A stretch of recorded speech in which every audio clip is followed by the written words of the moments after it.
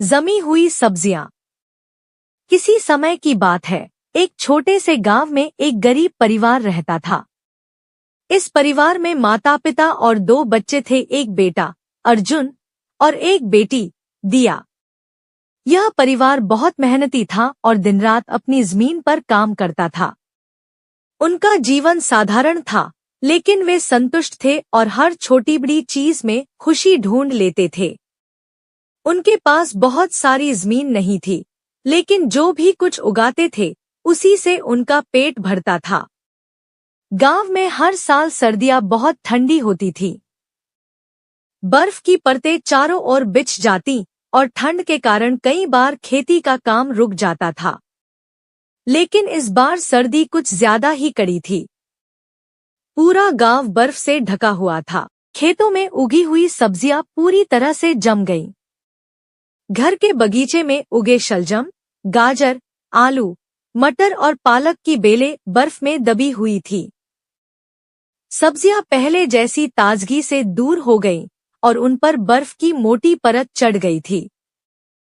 सुमित्रा देवी, परिवार की मां, इन जमी हुई सब्जियों को देखकर चिंतित हो गई। उनका दिल इस बात से भर गया था कि सर्दी की इस कड़ी आंधी में उनके पास जो कुछ भी था वह बर्फ के नीचे दब जाएगा। वह जानती थी कि अब इन जमी हुई सब्जियों का क्या किया जाए, क्योंकि वे पहले जैसी ताजगी और पोषण नहीं दे सकती।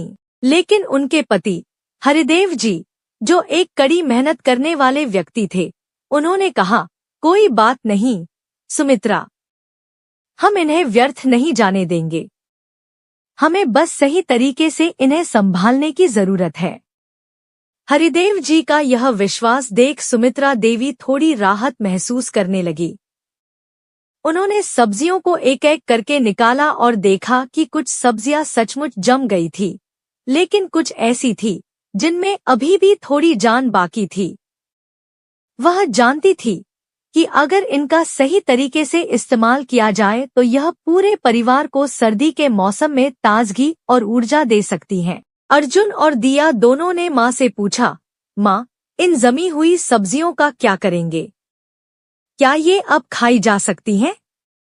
सुमित्रा देवी मुस्कुराते हुए बोली, बिल्कुल। इनका ठीक से इस्तेमाल करने के बहुत तरीके हैं। हमें इन्हें अच्छे से धोकर, काटकर और फिर पकाकर खाने योग्य बनाना होगा। ठंड में इन जमी हुई सब्जियों से जो सूप और करी बनेगी वह हमारे शरीर को गर्मी देगी और हम ठंड से बच पाएंगे। सुमित्रा देवी ने सबसे पहले सब्जियों को अच्छे से धोकर बर्फ की परत हटाई और उन्हें छोटे छोटे टुकड़ों में काट लिया।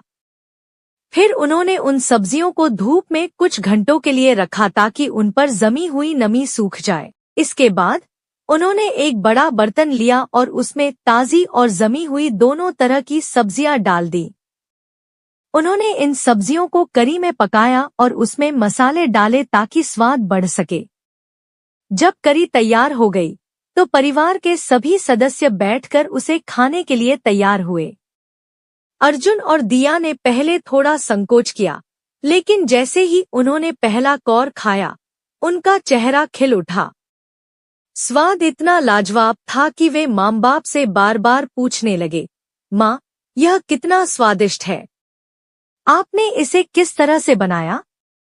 सुमित्रा देवी ने हंसते हुए कहा, सर्दी का मौसम है बच्चों, हमें सर्दी के इस मौसम में जितना हो सके गर्म भोजन खाना चाहिए, और जब हमारे पास जमी हुई सब्जियां हों तो उनका सही तरीके से उपयोग करने से हमें पोषण भी मिलता है और स्वाद भी।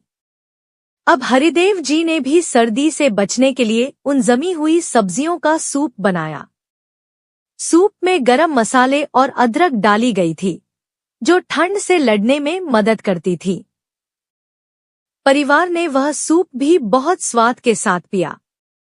धीरे धीरे पूरा गांव इस बात से वाकिफ हो गया कि सुमित्रा देवी ने जमी हुई सब्जियों का क्या किया और उनका स्वाद कैसे बना। कुछ दिन बाद गांव के कुछ लोग सुमित्रा देवी से मिलने आए और उनसे यह सीखने की कोशिश की कि जमी हुई सब्जियों का सही तरीके से कैसे इस्तेमाल किया जाए।